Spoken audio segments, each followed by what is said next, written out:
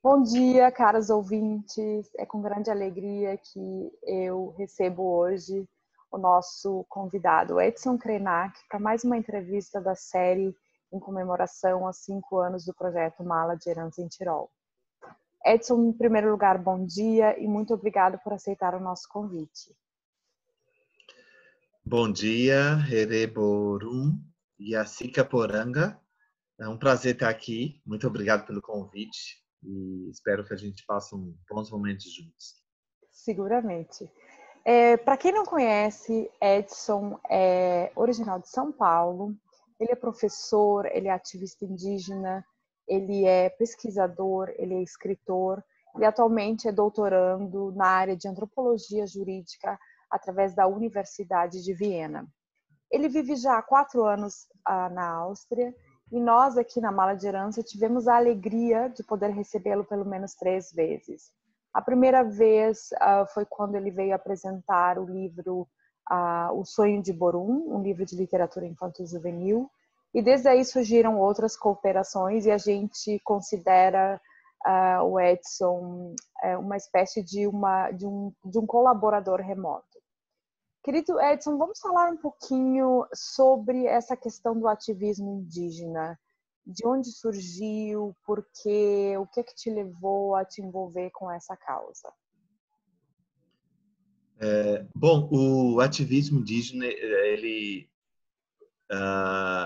tem uma origem profundamente pessoal, porque foi no momento em que eu estava redescobrindo e me conectando com os meus ancestrais, meus parentes indígenas.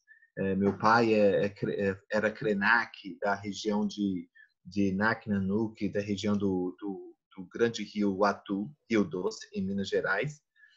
Então, nesse momento que eu estava reconectando com os meus ancestrais, com o meu passado, a minha história indígena, com a minha identidade cultural, eu percebi que também que existia uma história muito triste, uma história de lutas muito forte, muito grande por trás não somente da história do povo Krenak, mas de muitos povos indígenas no Brasil, né? Então, o povo Krenak ele foi removido muitas vezes das suas próprias terras tradicionais. Processo de colonização que começou com os portugueses, a sociedade brasileira adotou esse processo com uma prática chamada integração forçada, assimilação, etnocídio, que é um tipo de genocídio cultural, onde você proíbe a pessoa de falar sua própria língua, de praticar suas cerimônias, seus rituais, suas tradições culturais. Então, tudo isso foi como que roubado dos nossos ancestrais, do meu povo.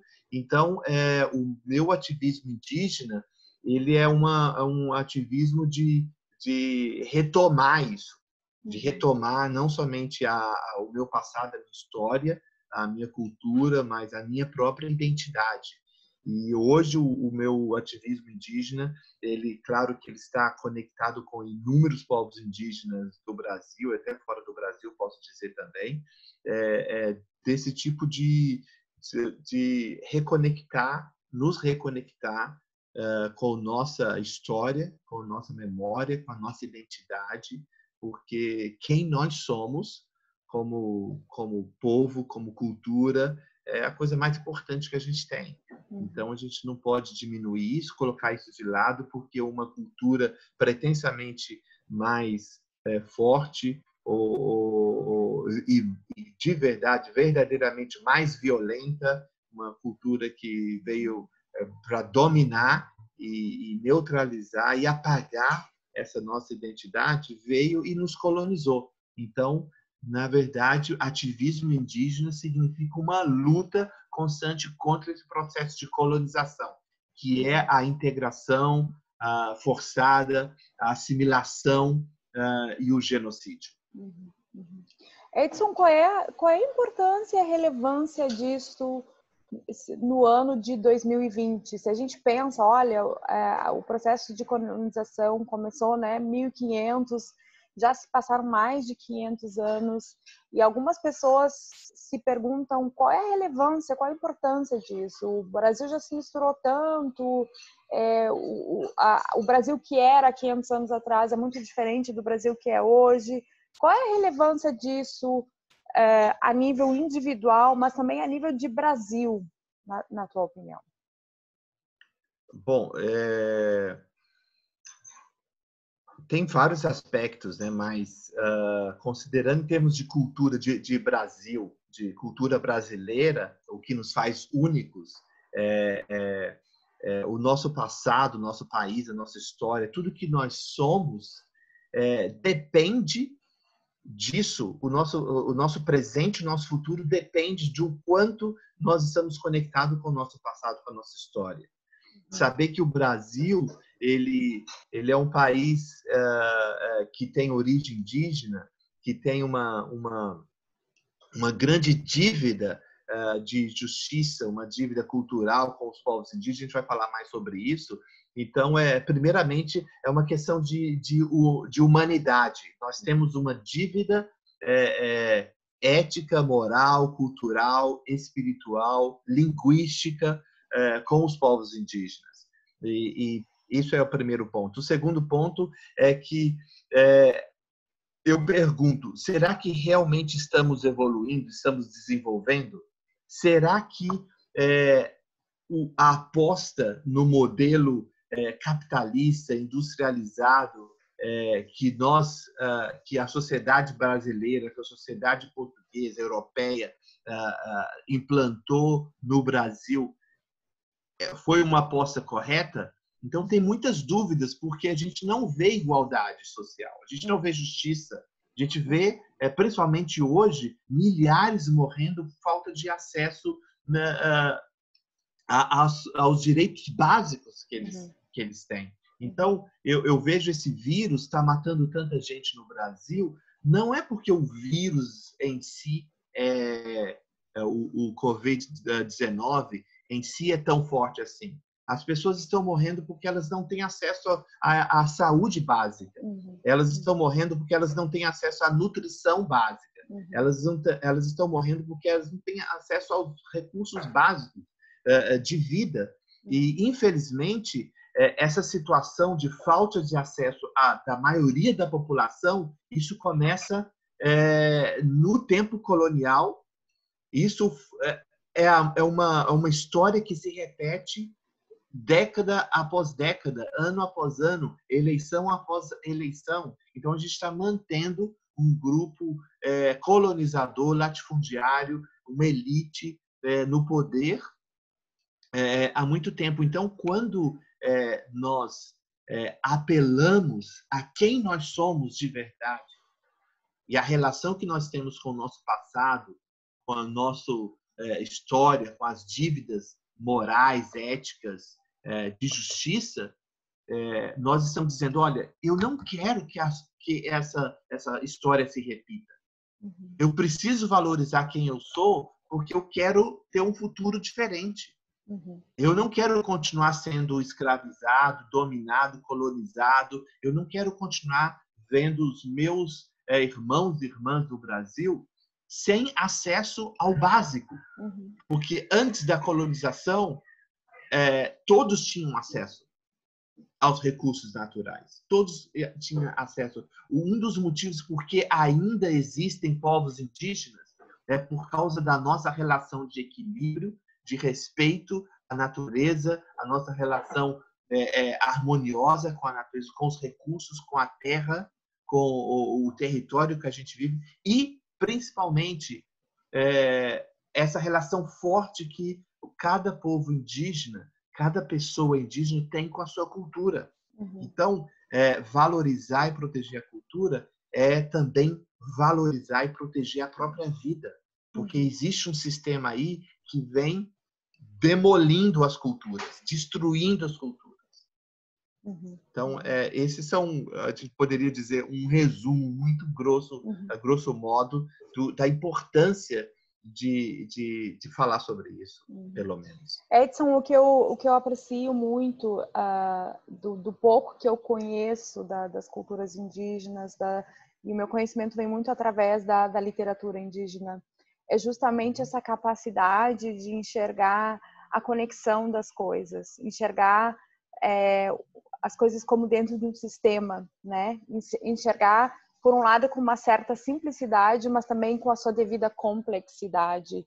E isso que tu nos fala agora, essa conexão da situação atual, né, com os problemas, o desafio que nós enfrentamos a nível de Brasil, com a relação, com relação a coisas que foram erradas já há 500 anos atrás e seguem. Eu acho que tem muito a ver com essa capacidade de enxergar as coisas como um sistema, como uma conexão e entender que somos parte disso, né?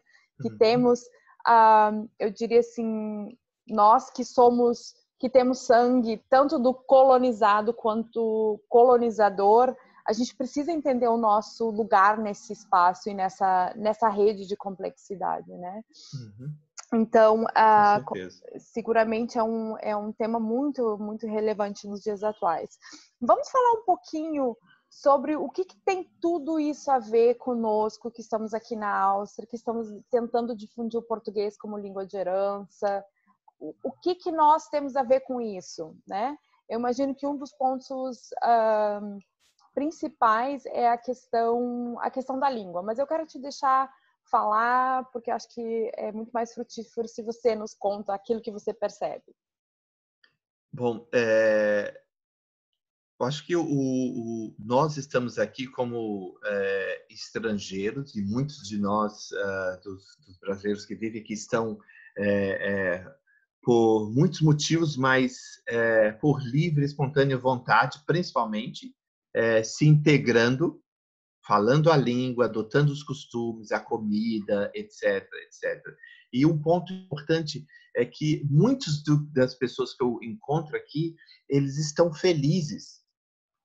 Eles estão satisfeitos. Eu estou contente aqui porque eu tenho a liberdade de escolher a minha cultura, de escolher a língua, de escolher esse lugar para viver e tudo. Então, essa liberdade, esse prazer, e motivado por amor, por dinheiro, por carreira, por trabalho, por estudo, por conhecimento, ou por paixão pela vida, por paixão por outras culturas, etc. Isso só é possível porque existe uma cultura que floresce, que está forte, que tem liberdade de crescer e dá essa liberdade para as pessoas. Então, quando você tem esse prazer, essa oportunidade de se desenvolver como pessoa, isso só é possível porque existe uma cultura, uma língua, um meio ambiente que te proporciona isso. Né? É como se você fosse uma planta plantada no jardim. Entendeu? Então, essa planta vai florescer porque o jardim é para isso, é para florescer essa planta. Né? Então, para desenvolver, para fazer crescer essa planta. Então, imagina um jardim que só tem uma planta. Seria um tipo de monocultura. O jardim seria feio, não seria tão bonito, e o jardim, com algum tempo, a partir de algum tempo, ele mesmo morreria, porque nós sabemos que a maioria das formas monoculturais de plantas, usando essa metáfora para poder responder a sua pergunta, essas plantas, o que faz o meio ambiente rico é o fato de haver várias plantas diferentes, ter um sistema diverso, a diversidade.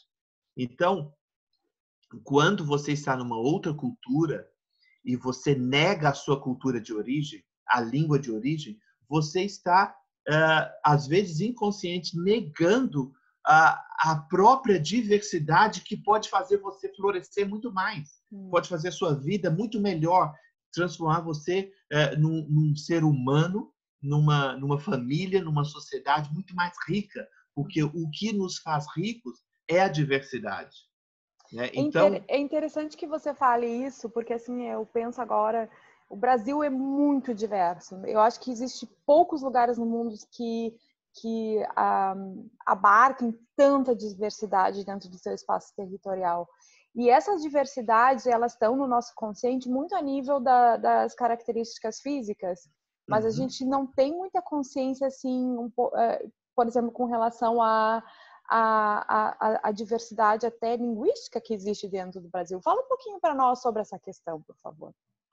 essa é uma questão importantíssima, uma das, na verdade, uma das melhores meus assuntos favoritos que eu gosto de conversar, porque é interessante, talvez vai surpreender alguns dos nossos ouvintes, é que o português, como língua oficial e geral do Brasil, ele só tem 200 anos. Antes do português ser a língua geral do Brasil, existia uma língua indígena que era considerada geral, ela se transformou numa língua geral, o tupi, que hoje se chama Nhangatu, ou alguns chamam tupi moderno. Na verdade, a gente tem até uma surpresa aqui para os nossos ouvintes. Se você nos ouvir até o final, eu vou te dar, a gente vai te dar essa surpresa. Na verdade, é um presente, né? Não é só uma fale, surpresa. sem spoiler, Edson. Não, Sem não vou. spoiler. Não é uma informação que eu vou dar, não é um anúncio, nem nada. É um presente, literalmente, que eu vou te dar. Mas, enfim, voltando ao assunto, então, o Nhangatu era a língua geral do Brasil, era a língua oficial do Brasil, que muitos povos indígenas falavam para negociar um com o outro, fazer intercâmbio, fazer comercializar, fazer festas juntos. Então, a sociedade brasileira que os portugueses chegavam a encontrar não era uma sociedade, não era uma sociedade caótica. Existiam povos indígenas enormes, existia um grupo enorme tupi, que era como se fossem os reis do Brasil, né?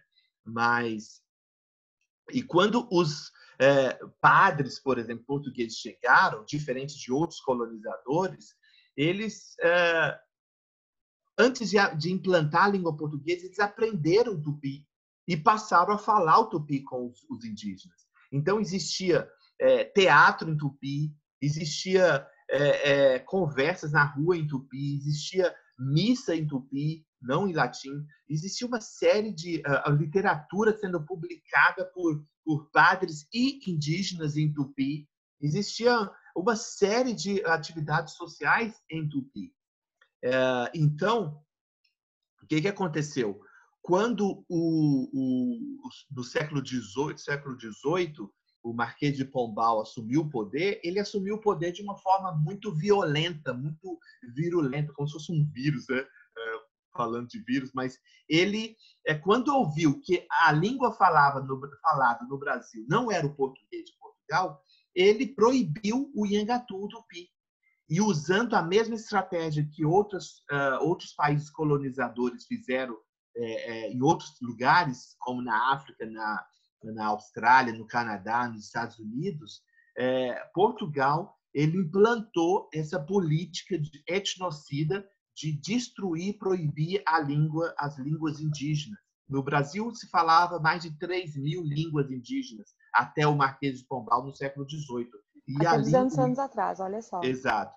E a língua, o Nhangatu, era uma das línguas mais faladas do Amazonas até o litoral do Paulista. Era uma língua falada em qualquer lugar. E é uma língua que era muito próxima do Guarani, então também tinha conexões profundas com o pessoal ali da região do Prata, do Paraguai, do Sul, exatamente, dos Guaranis, da Argentina. Então, o que aconteceu? Com a proibição do tupi, outras línguas indígenas que eram faladas nessas regiões foram também exterminadas, proibidas, pessoas foram assassinadas. Né?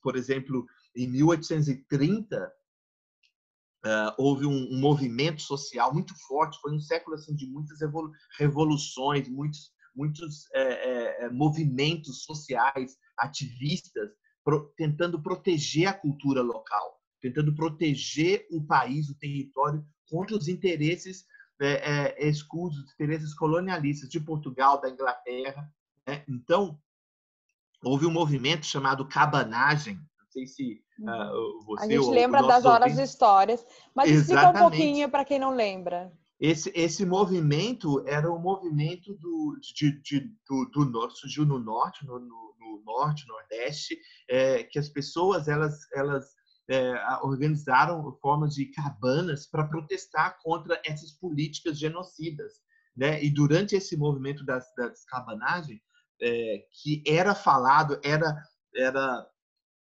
quase todo movimentado e gerido em Tupi e em Ngatu, na época. E no início da minha fala, eu saudei todo mundo com Yacica Poranga, que é uma expressão de saudação em Ngatu, que significa o nosso tempo está bonito porque estamos aqui. Que lindo. É muito mais rico do que dizer só oi ou bom dia, desejando isso, mas é uma celebração.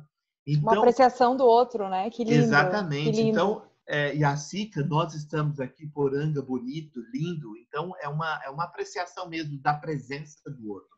Né? Então, quando, nesse movimento das cabanagens, motivados e liderados pelo Marquês de Pombal, pelas ideias dele, mais de 30 mil indígenas foram assassinados no Brasil, no norte do Brasil.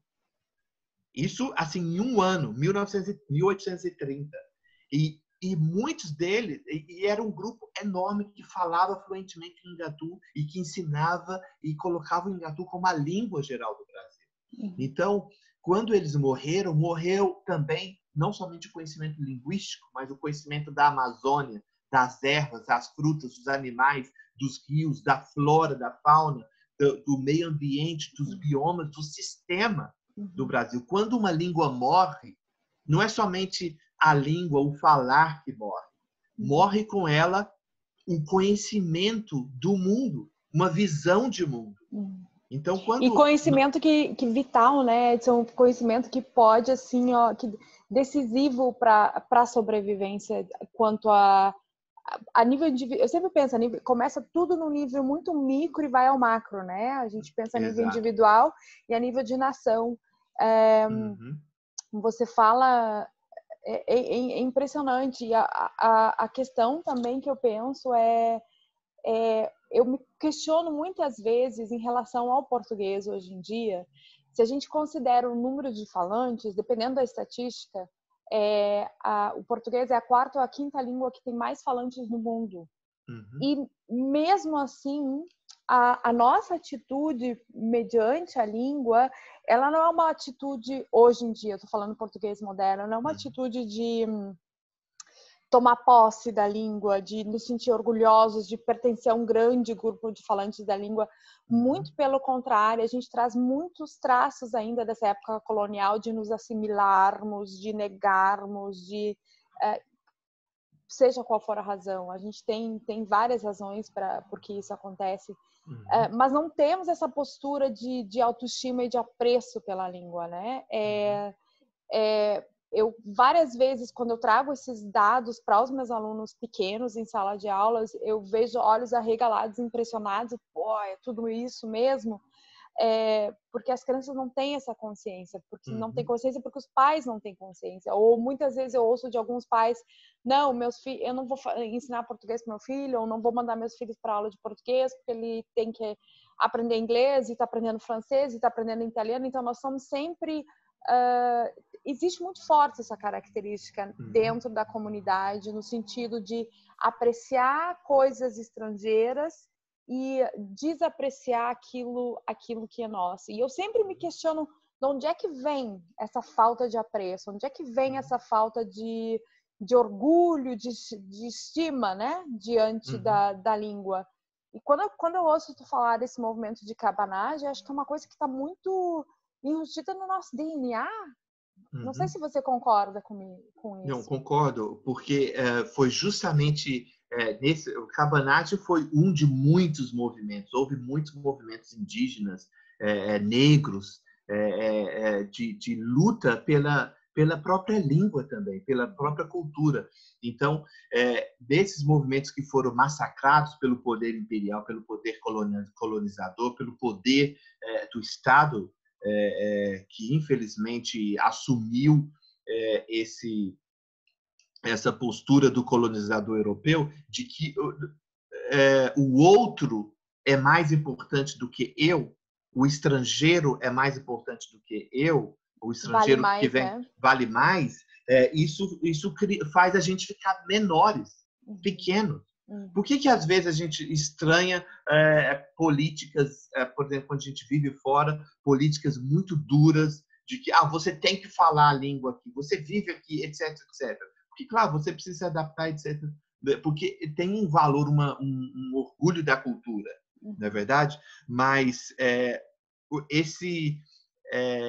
essa falta de autoestima do brasileiro e de muitos com a língua, não é de todos, né, mas que existe, vem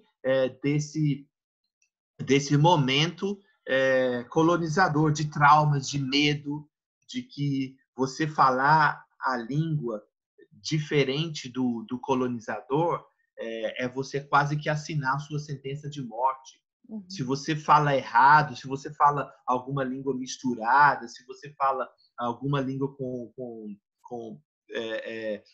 influências de outras, você, na verdade, você está sendo menor, mas não. Na verdade, você tem que tomar posse, você tem que assumir, você tem que ser orgulhoso da língua que você está aprendendo e incorporar, enriquecer essa língua. Não diminuir essa língua. Porque se você diminui... E nem desistir da sua em favor de outra, né? Exatamente, porque é como eu disse no início do jardim, né? Se você desiste da sua em favor do outra, você está negando uma coisa que é da natureza da própria vida, que é ser diversa.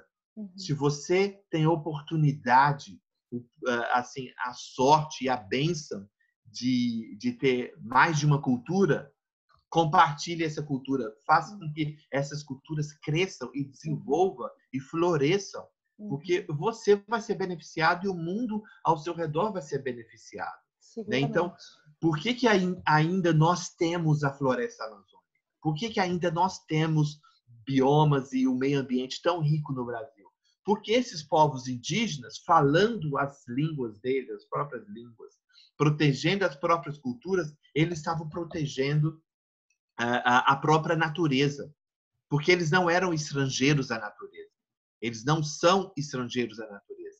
Então, hoje no Brasil, por exemplo, se fala mais de 180 línguas indígenas. E em muitos lugares tem língua indígena que é língua oficial do município.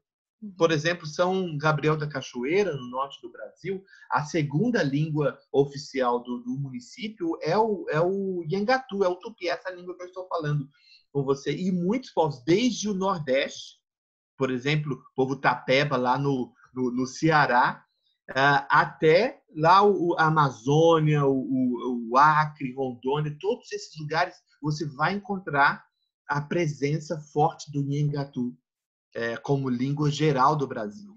E isso é um tesouro que está para ser descoberto ainda. Brasileiro.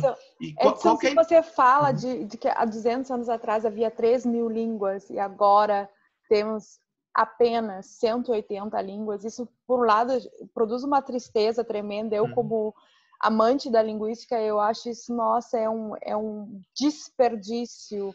Tirando toda a questão humana que tem por trás, porque é uma tragédia, a gente tem que dar um nome a isso e o nome é tragédia.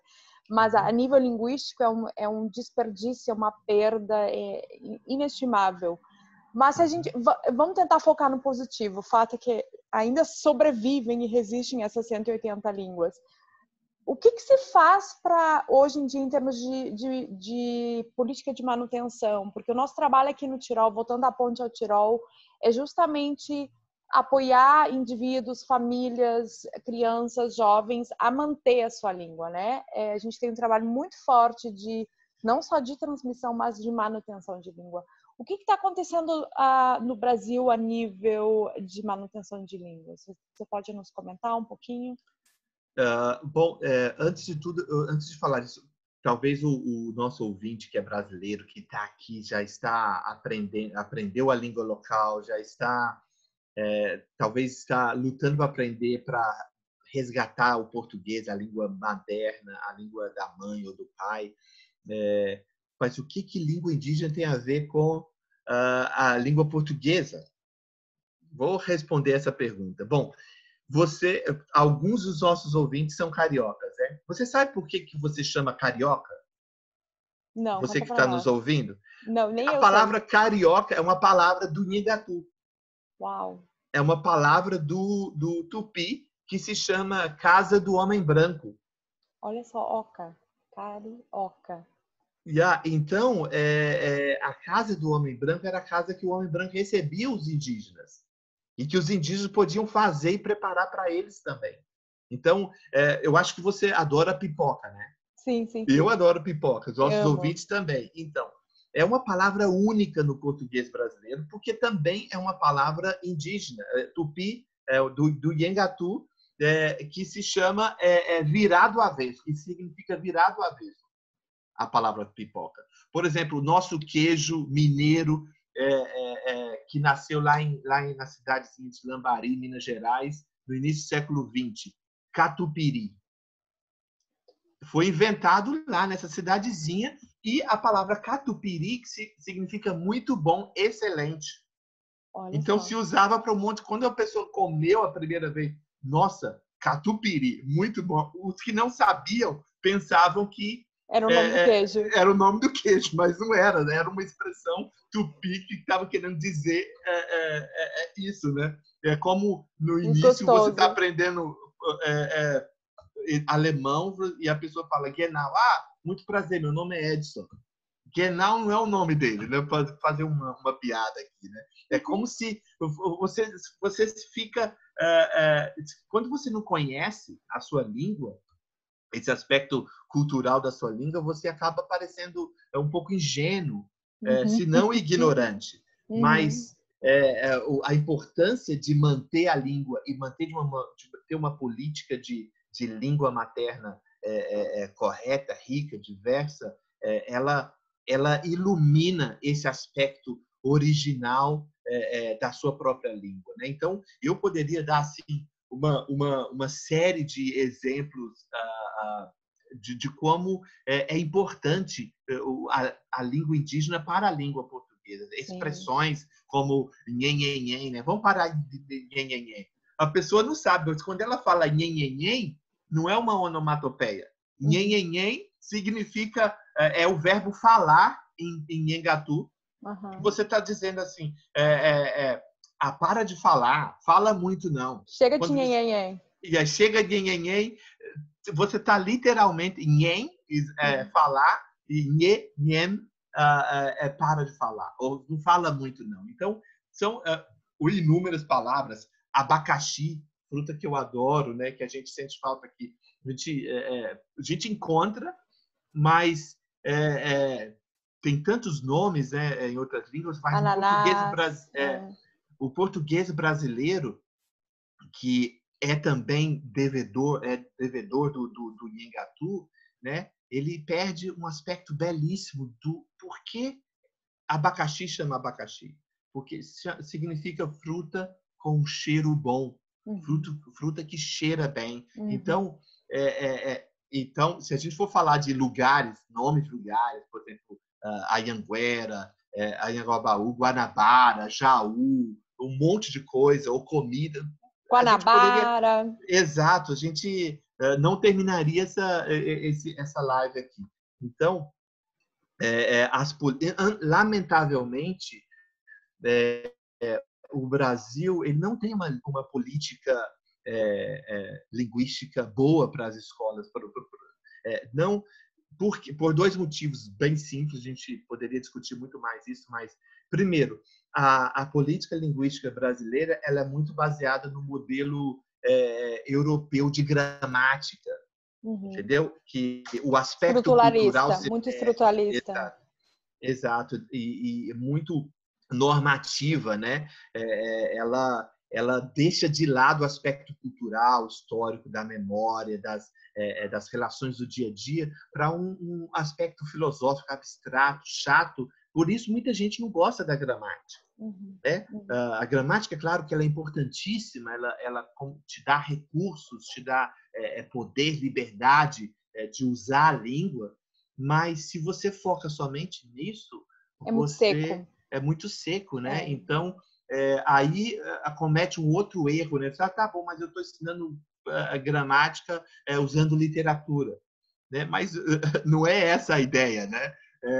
Então, aí acaba a gramática e a literatura se perdendo, né? Mas, por exemplo, falando das políticas dos povos indígenas, por exemplo, existe um movimento tímido ainda, porque falta recursos do governo, de resgatar, de proteger, de ensinar essas línguas. Então, os povos indígenas estão lutando, fazendo o seu próprio trabalho de resgate, de proteção e de ensino dessas línguas. Mas é óbvio que existem muitos povos indígenas, na Amazônia existe por volta de 100 povos indígenas que a língua materna é a língua indígena. E eles estão aprendendo a língua portuguesa. E à medida que eles aprendem a língua portuguesa, eles fortalecem as duas. Eles descobrem que vários aspectos da língua portuguesa têm uma ponte com a língua deles, com a cultura deles. E eles ensinam também o Brasil a essa ponte, né? Essa semana eu entrei em contato com uma comunidade indígena que isso eu fiquei assim surpreendida, o Suruí. As crianças, os alunos, esse é o sonho para qualquer professor, né?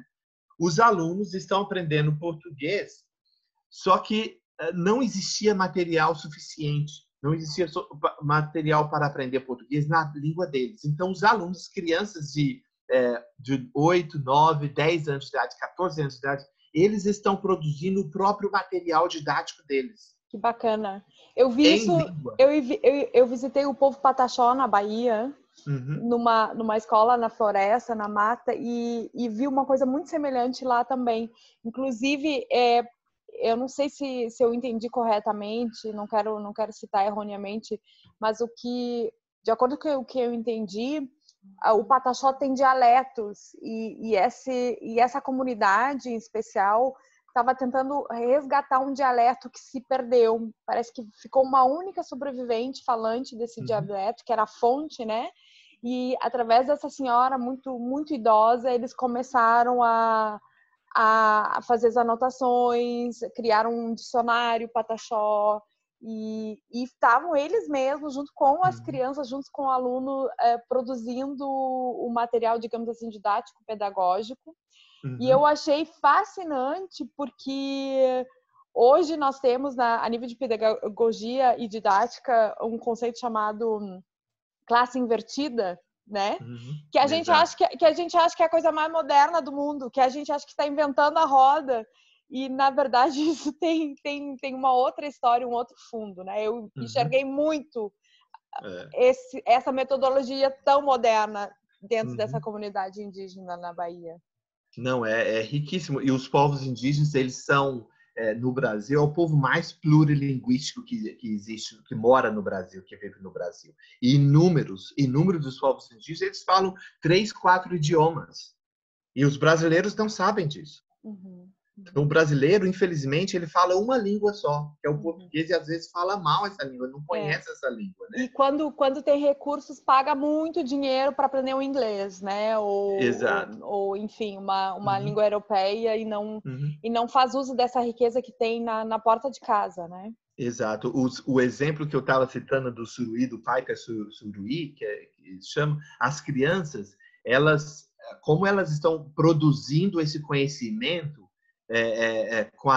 para a língua portuguesa, eles, por exemplo, para criar o alfabeto, para te dar um exemplo de quanto é importante isso, cada criança, ela vem de casa, vem da sua aldeia, com um conhecimento específico das plantas e animais.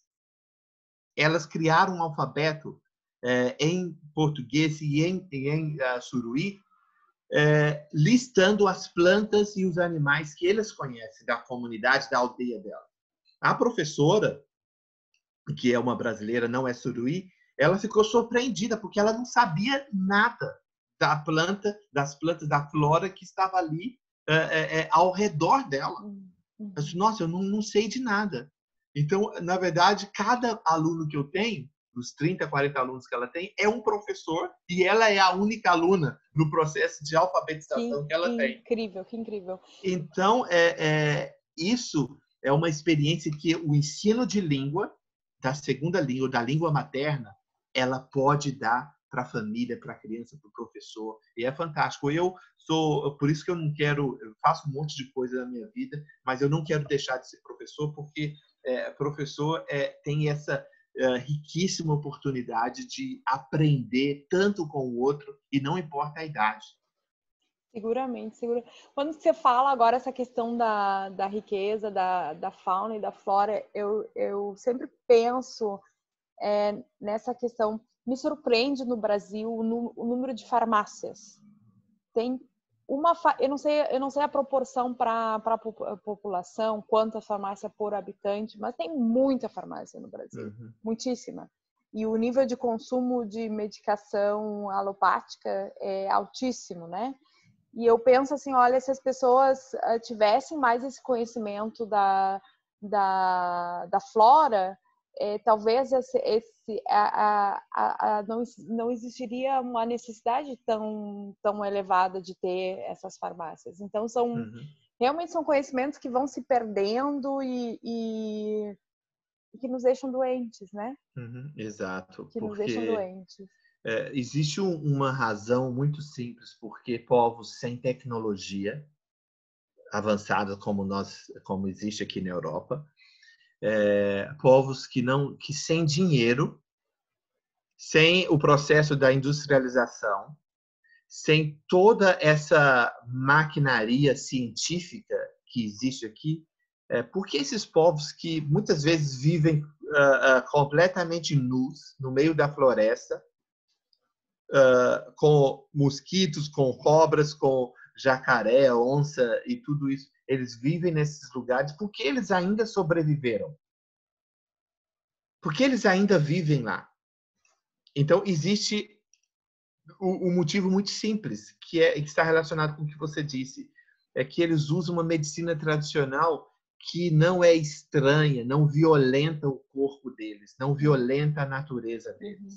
Então, a medicina natural, medicina tradicional dos povos indígenas, é uma medicina que ela existe há séculos entre os povos indígenas e ela é responsável por mantê-los vivos. O problema das farmácias, das drogas, desse era da farmacêutica que a gente vive, é que não somente detona o nosso corpo, mas eu não quero falar porque eu não sou especialista muito sobre isso, mas qualquer pessoa que sabe ler e escrever pode acessar essas informações e constatar e confirmar por si próprio que essa química toda artificial, sintética, não somente destrói nosso corpo, mas como fortalece e cria bactérias, né? Desequilíbrio, bactérias, vírus. Né? Se você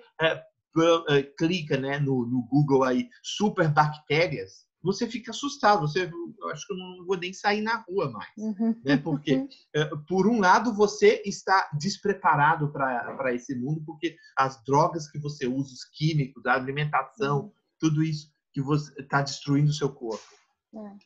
Destruindo o meio ambiente. O que mais me assusta é que são coisas lícitas, né? São coisas legais, aprovadas enfim. Mas isso é um outro tema. Vamos voltar para a questão das línguas. Deixa eu te falar abrir um parênteses aqui. Ser lícito, ser legal, não significa que é correto ou bom. Porque o genocídio foi, no Brasil, essa que a gente estava citando momentos atrás, começou com uma lei, com um decreto legal do rei.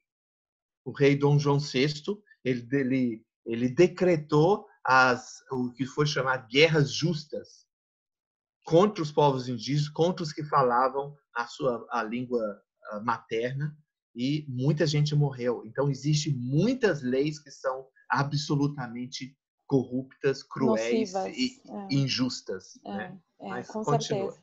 Não, é importante você ressaltar esse fato, porque a gente pensa assim, tá, na época era contra os povos indígenas, mas no período mais tarde, período de ditadura, esse mesmo tipo de proibição houve em relação a línguas de minorias de imigrantes, né? Se eu penso assim no histórico da minha família, o alemão se perdeu na minha família em função de proibições, de leis, né? De decretos, e é muito importante nos questionar até que ponto as leis, os decretos são éticos. É importantíssimo. Só porque é lei, porque está registrado no papel, não quer dizer que é justo e que é ético e que é equitário, né? E acho uma coisa muito importante é saber e ter consciência de que quando você protege uma pessoa, quando você protege uma língua, você protege uma cultura, você está protegendo todas as pessoas, todas as línguas e todas as culturas. Exatamente. Né? Qualquer atento, qualquer ação contra uma pessoa, contra uma língua, contra uma cultura, deve ser visto como uma ameaça a todos nós, contra toda a humanidade. Porque é uma coisa parece tão simples, mas não é tão óbvia para todo mundo. Mas é a chamada lei do retorno, né, Edson? Quando eu aceito uma transgressão como algo ok, como uma normalidade, porque é lei, né? O rei decretou e é lei. Eu estou aceitando essa infração para mim também, né? E pode ser não nesse momento, mas em algum momento isso vai chegar até mim e vai me afetar.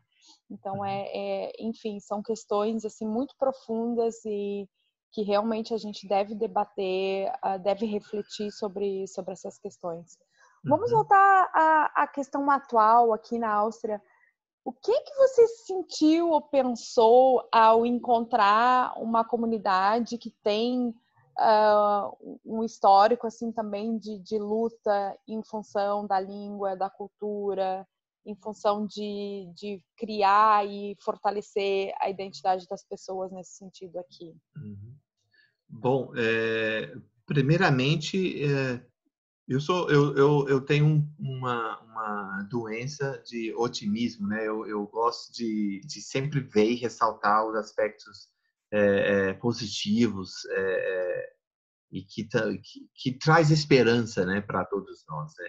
E claro, quando eu encontrei o pessoal de Tirol, de Innsbruck, foi uma surpresa, uma grata e maravilhosa surpresa, porque eu vi uma comunidade de pessoas brasileiros e austríacos, alemães também há uma comunidade que gosta de festa, né? Uma comunidade que gosta de cantar, de celebrar a vida, uma comunidade que gosta de comer junto, gosta de estar junto. Eu vi tanta coisa boa, rica, acontecendo e de fato 5 anos de muita celebração, de muita comemoração, né? A gente precisa comemorar e ressaltar isso, porque não foi o que eu encontrei lá foi todas essas coisas boas e ricas que as duas culturas podem compartilhar, viver juntos, e isso só foi possível, isso só é possível porque existe um fio condutor que é a língua portuguesa, que é a nossa língua materna. Então, isso foi assim, é uma janela enorme que você abre, é uma porta que você abre, dizendo, olha, a língua portuguesa está aqui e ela está abrindo possibilidades de, primeiramente, num nível individual e existencial, de fazer você não se sentir sozinho. Eu converso, às vezes, com alguém de algum país tão distante aqui e eles dizem, eu tenho saudade de falar na minha língua. Eu tenho saudade de conversar na minha língua. Então, nesse nível individual, existencial, de não se sentir sozinho, né? Então, no nível social e cultural, eu vi que a língua portuguesa, o ensino da língua portuguesa, ele cria uma comunidade, né, cultural riquíssima e vibrante e alegre e com muitas possibilidades de crescimento, de desenvolvimento, de troca, porque eu converso com muitos austríacos aí que aprenderam português, que aprendem português, que estudam ou que ainda não falam, mas que admiram a cultura porque eles veem isso aí em Innsbruck, e é riquíssimo. Tem o marido da Minica, né? Como que é? Eu esqueci o nome dele. O Burros. O Burros, ele, quando eu converso com ele, o conhecimento que ele tem do Brasil, da cultura indígena, de um monte de coisa, a curiosidade que ele tem, é uma troca, porque eu também aprendo muito com ele, a maneira dele ver. E muitos outros eu poderia citar, né? Não quero fazer injustiça com ninguém, porque ele foi a última pessoa que veio aqui e a gente compartilhou alguns livros e tudo, então foi muito bom. Então, é isso. Encontrar a comunidade de falantes de língua portuguesa em Innsbruck foi como se você abrisse uma porta para um mundo, porque o mundo parece que é sempre singular, mas nunca é singular. O mundo é sempre plural, né? É para mundos diferentes, né? A gente encontra também portugueses aí que cada encontro é uma comemoração, é uma celebração, é uma troca muito grande. Então, eu fiquei feliz, eu fiquei orgulhoso e hoje ainda mais, né? Porque é um movimento que se paga um preço alto para manter, para continuar, para perseverar e desenvolver isso, mas que tem uma recompensa inesquecível, histórica, e que vai ser quando você descobre, nossa, a minha vida ela tem um sentido muito maior quando eu estou nessa comunidade. Né? Porque eu me conecto com uma parte da minha vida que me é cara, que é minha identidade, a minha história. Você falava de metáforas, eu gosto muito da metáfora da raiz, né? Da gente fortalecer, eu digo assim, a gente foi transplantado, fomos enxertados, né, num bioma muito diferente do nosso, e ainda para crescer, para a gente ficar forte, vital nesse ambiente estranho, a gente precisa cuidar das raízes, a gente precisa mantê-las fortes, né, para realmente crescer. Quem não faz isso, a gente observa uma série de fenômenos que a gente percebe o bem-estar da pessoa está em jogo quando essas raízes são negadas, quando elas são podadas, quando elas são maltratadas. A questão de se conectar com as raízes realmente é uma questão de saúde mental, né, Edson?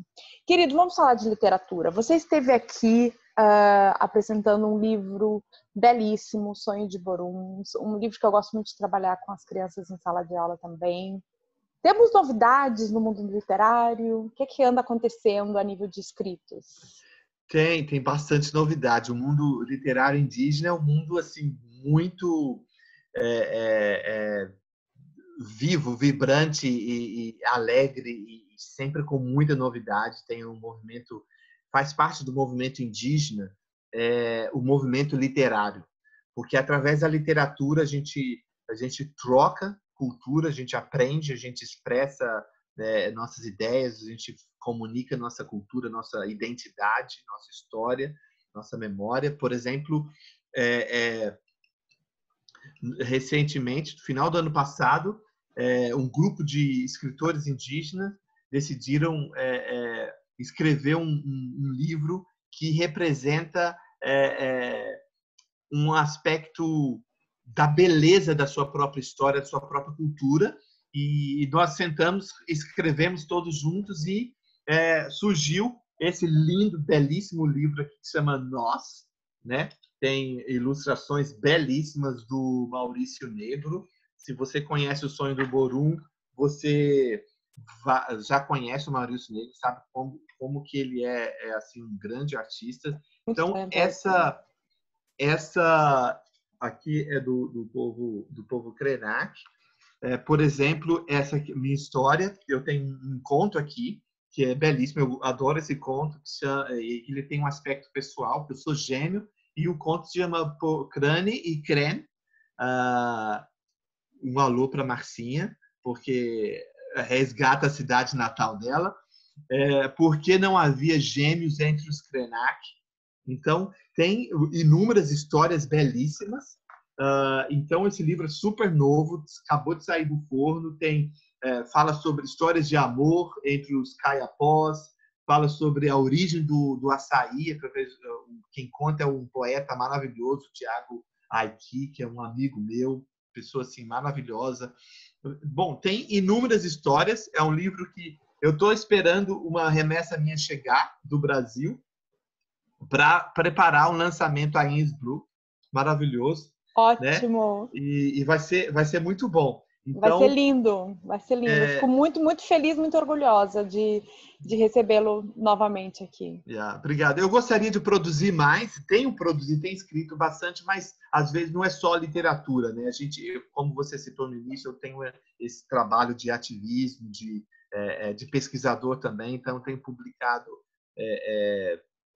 matérias, textos sobre como está a situação dos povos indígenas no Brasil durante a pandemia, para proteger as florestas. Então, existe esse aspecto também, né? Então, eu tenho trabalhado bastante com essa autora aqui, que se chama Márcia Cambeba. É um outro livro que eu quero levar também para Innsbruck. Ela tem um livro de poemas, né? Um livro de poemas e de fotografia belíssimo, que até tem alguns poemas aqui que eu gostaria de pedir licença para falar, para ler, né? Não leria tão bonito como ela, mas a gente está falando de língua, de falar, né?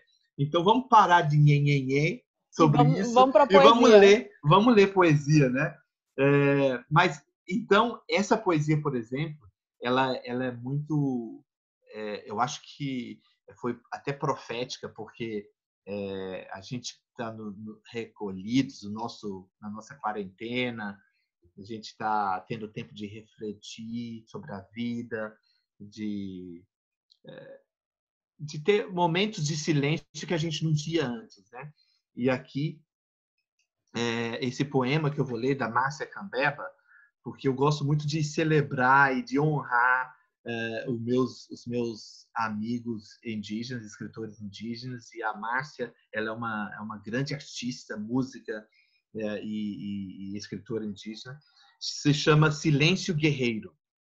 Diz assim: no território indígena, o silêncio é sabedoria milenar. Aprendemos com os mais velhos a ouvir mais que falar.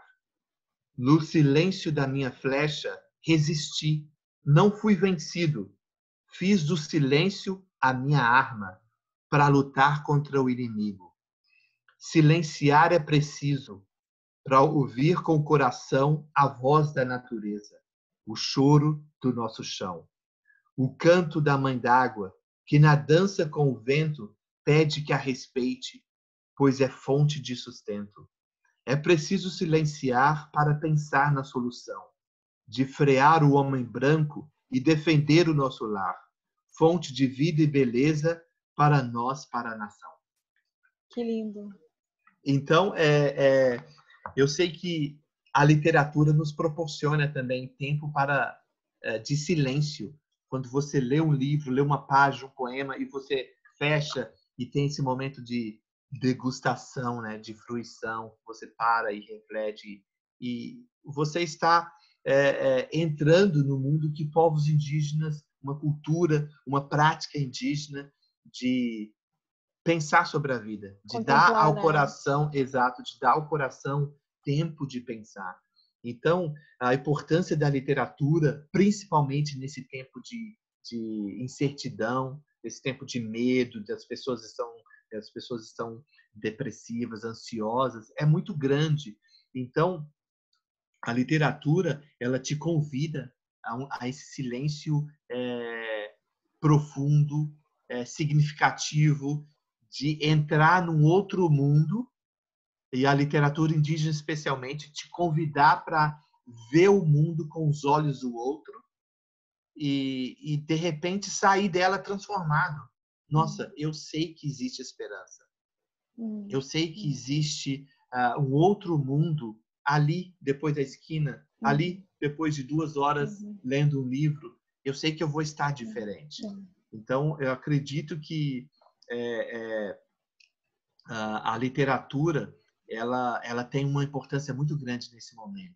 Então, leia, você que está nos ouvindo, silencia essas vozes, esse nhenhenhê, silencia isso, reserva um tempo para você com a literatura. E eu tenho certeza absoluta, posso te garantir isso, que depois desse tempo com a literatura, você vai ser uma pessoa muito melhor, mais calma, com mais esperança. Ai, que lindo, que lindo.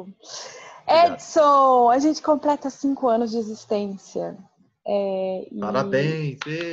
Para nós, como projeto. E uma das coisas maravilhosas que o projeto nos proporciona, muito além de apoiar, acompanhar as famílias nesse processo, né, de se achar, de manter, preservar raízes, de fortalecer a identidade, enfim, garantir que as próximas gerações também tenham um maior grau de bem-estar em relação a essas questões. O projeto também ele nos permite a possibilidade de convivência com pessoas fantásticas, fabulosas, e eu sou muito, muito grata por todas as pessoas que cruzam por aqui. Elas deixam um pouco de si, mas elas levam um pouco de nós.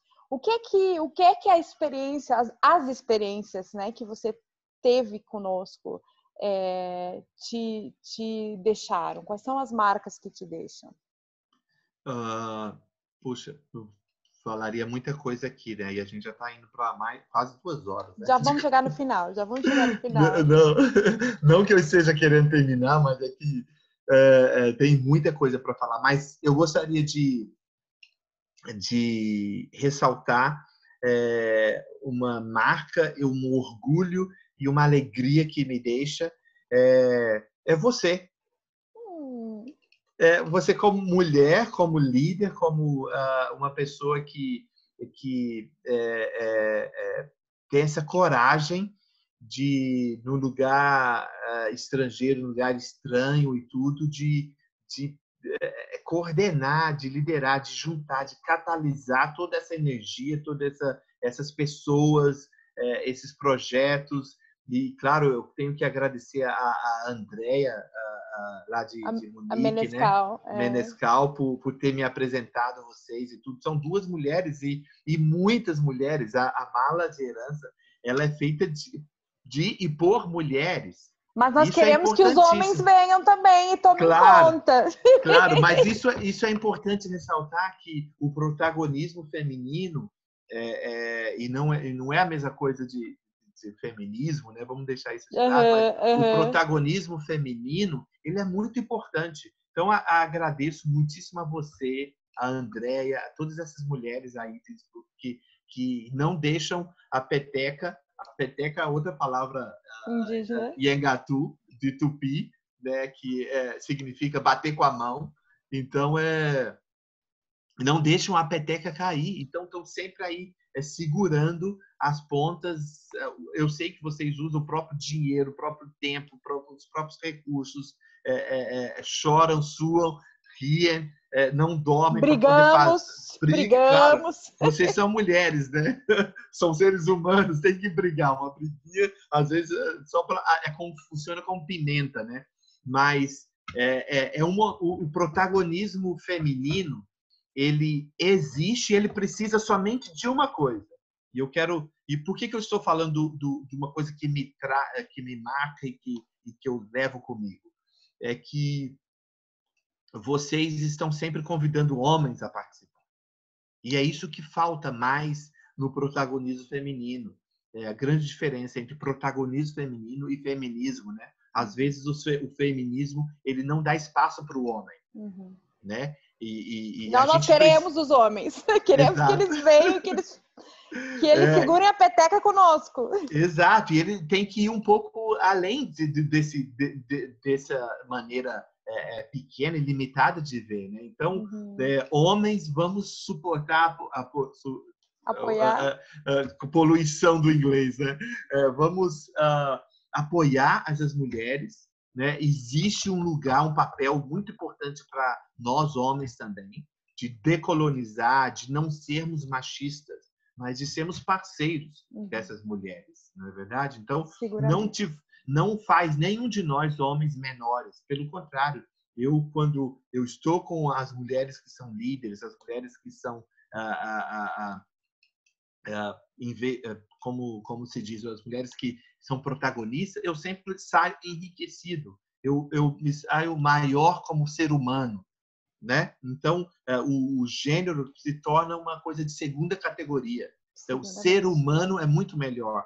Então, o que mais eu gostaria de dizer assim com muito orgulho é que eu estou muito orgulhoso de vocês, mulheres, de manterem esse projeto e de manterem com toda essa diversidade humana, cultural, que um projeto desse precisa ter.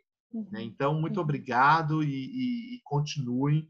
Eu espero participar muito mais nos próximos 5 anos, nos próximos 10 anos e vamos fazer projetos juntos, vamos fazer mais coisas juntos. Eu acho que lindo! A gente fica animadíssimo com isso. Numa das passagens aqui, nós tivemos a oportunidade de te levar para a escola, para interagir com as crianças, com os alunos. E essas interações com os alunos, com as crianças, elas são muito importantes, elas são muito transformadoras, elas enriquecem muito o ensino, elas fazem que a experiência do aprender o português faça mais sentido, ela amplia muito os horizontes e eu fico muito, muito feliz em saber dessa tua disposição em vir mais vezes e, enfim, conversar com as crianças. Edson, você falou que tinha presente.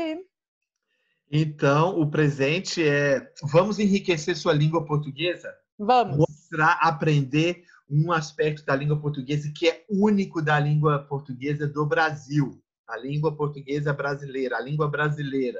Né? É engraçado quando as pessoas nos perguntam, você fala brasileiro? Eu falo o português de uma maneira brasileira. Né? É uma língua linda.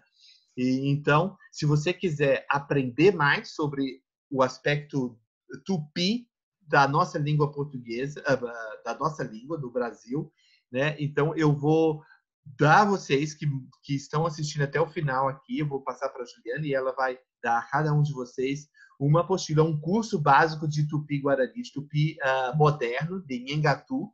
Então, você vai descobrir coisas incríveis nesse curso e a gente vai poder nos cumprimentar e usar um monte de palavras como catupiri. Excelente.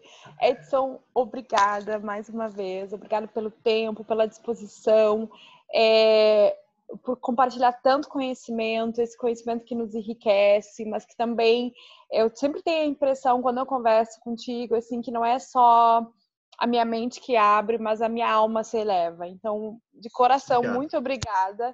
Obrigada por fazer parte da nossa história e nós seguiremos juntos. Dankeschön.